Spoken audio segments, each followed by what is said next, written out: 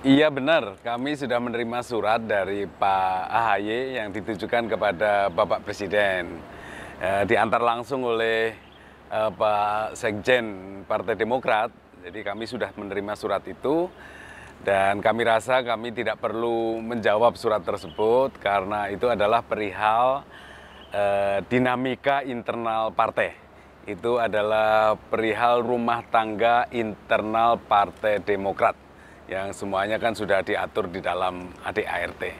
Jadi itu aja, terima kasih. Bismillahirrahmanirrahim. Assalamualaikum warahmatullahi wabarakatuh. Salam sejahtera bagi kita semua. Saya Teguh Rifki Harsya, Sekretaris Jenderal Partai Demokrat. Sebelum menyampaikan pernyataan ini, sehubungan dengan gerakan pengambil alihan kepemimpinan Partai Demokrat yang tengah menjadi perhatian publik saat ini, perlu kami tegaskan bahwa Partai Demokrat tidak bermaksud melawan negara. Karena kami juga bagian dari negara dan kami akan tetap mencintai dan menghormati negara. Berkaitan dengan penjelasan Menteri Sekretaris Negara, Bapak Pratikno, yang mengatakan bahwa Bapak Presiden Joko Widodo tidak berkenan menjawab surat Ketua Umum Partai Demokrat, Agus Harimurti Yudhoyono, AHY, dengan argumentasi bahwa gerakan pengambil alihan kepemimpinan Partai Demokrat yang kami sebut sebagai GPK-PD ini dianggap sebagai permasalahan internal partai.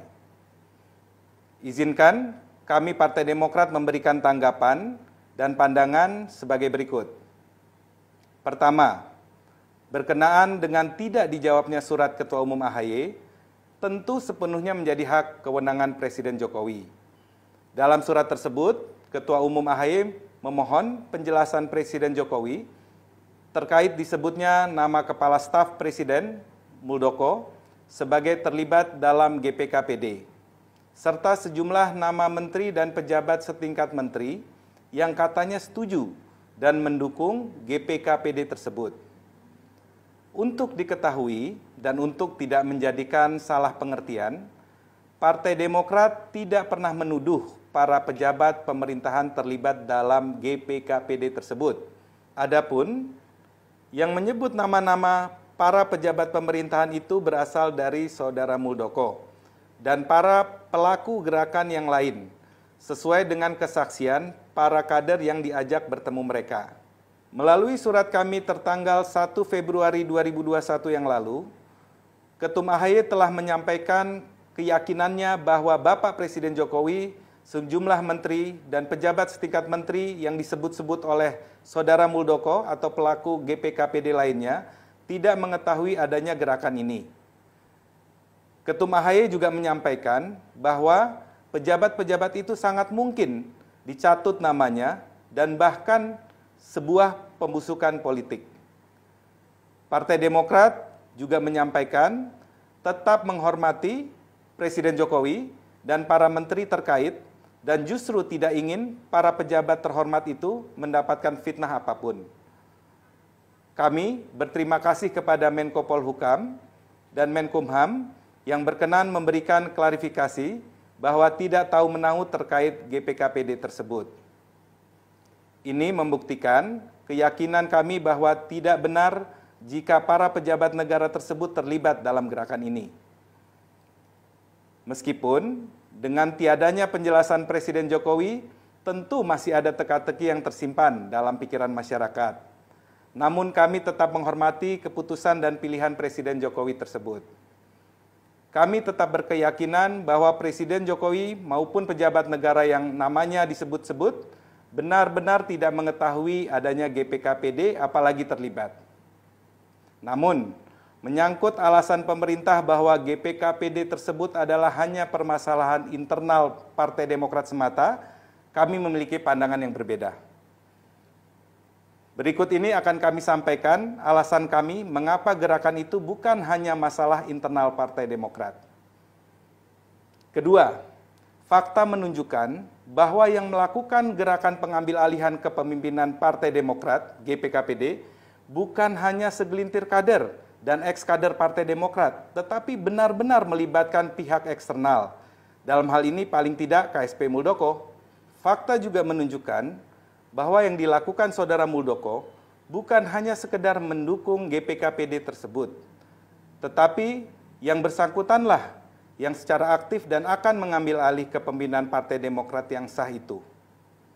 Jadi sangat jelas bahwa GPKPD bukanlah hanya gerakan internal partai atau hanya permasalahan internal partai semata. Ada sebuah contoh dalam sejarah di negeri kita ini. Pada tanggal 22 Juni 1996 dilaksanakan Kongres Luar Biasa Partai Demokrasi Indonesia, KLB PDI, di Medan, yang berhasil menurunkan dan mengganti Ibu Megawati Soekarno Putri sebagai pimpinan PDI. KLB tersebut juga bukan hanya permasalahan internal PDI atau konflik antara kubu Megawati dan kubu Suryadi, tetapi ada campur tangan dan pelibatan pihak eksternal, dalam hal ini elemen pemerintah. Ketiga, jika tindakan Saudara Muldoko dibiarkan dan dibenarkan, yang dengan kekuasaan yang dimilikinya sebagai pejabat negara telah melakukan gerakan untuk mengambil alih kepemimpinan partai secara paksa atau hostile taking over, tentu sangat mencederai rasa keadilan di negeri ini. Bagi para pengemban amanah rakyat seperti Saudara Muldoko, yang menjadi pedoman seharusnya bukan hanya aspek hukum dan dimilikinya kekuasaan yang seolah bisa berbuat apa saja, tetapi harus juga mengindahkan aspek moral, etika, dan keadilan. Kalau gerakan semacam GPKPD ini dibiarkan dan dibenarkan, justified, maka hal ini dapat menjadi contoh dan bisa mendorong pejabat negara manapun yang memiliki ambisi politik dan ambisi kekuasaan yang sangat besar menempuh jalan pintas, melakukan sesuatu yang menabrak etika politik, the rule of law, dan rule of the game. Kalau hal begitu menjadi kultur dan kebiasaan, betapa terancamnya kedaulatan partai-partai politik di negeri ini. Sekaligus, betapa tidak aman dan rapuhnya kehidupan demokrasi kita. Keempat, dalam kasus GPKPD, tidak mungkin segelintir kader dan ex-kader Demokrat tersebut berani dan sangat yakin gerakannya akan sukses jika tidak ada keterlibatan orang kuat dan dukungan dana yang besar untuk melakukan gerakan itu. Di samping mendengar langsung apa yang dijanjikan dan akan dilakukan oleh Saudara Muldoko jika kelak menjadi Ketua Umum Partai Demokrat, menurut kesaksian sejumlah kader yang merasa dijebak, juga telah dibagikan dana awal sekitar 25%, sedangkan sisanya akan diberikan jika KLB selesai dilaksanakan dan Saudara Muldoko telah menjadi pemimpin baru. Semua ini membuktikan bahwa upaya pengambil alihan kepemimpinan Partai Demokrat oleh pihak luar itu nyata dan serius, karena uang sudah mulai digelontorkan dan Saudara Muldoko sudah aktif melakukan pertemuan-pertemuan serta telah berbicara secara langsung dengan sejumlah kader Demokrat, baik pusat maupun daerah, yang diajak bertemu dengannya. Gerakan dan tindakan seperti ini, yang Saudara Muldoko juga aktif dan involve secara langsung, bagaimana mungkin hanya dianggap sebagai permasalahan internal Partai Demokrat semata? Kelima, Partai Demokrat bersyukur kepada Allah Subhanahu wa Ta'ala, Tuhan yang Maha Kuasa, karena telah diberikan tuntunan untuk segera bertindak guna menyelamatkan kedaulatan dan kehormatan partai.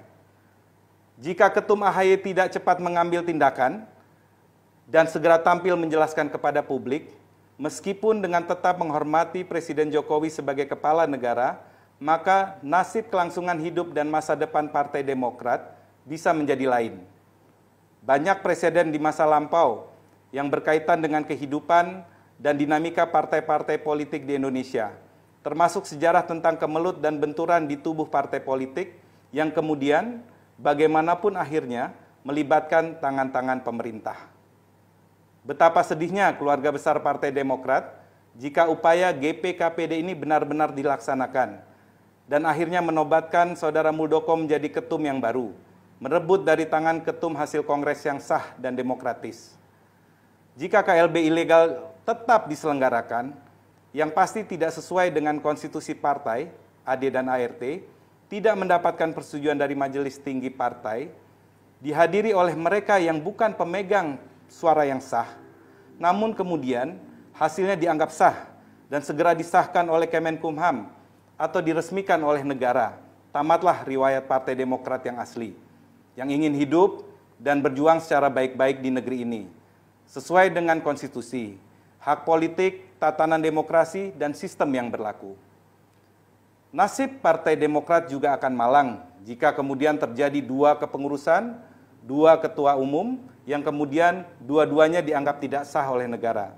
Jika skenario buruk itu terjadi, Partai Demokrat tentu tak lagi bisa berpartisipasi dalam pemilu 2024 dan pilkada mendatang.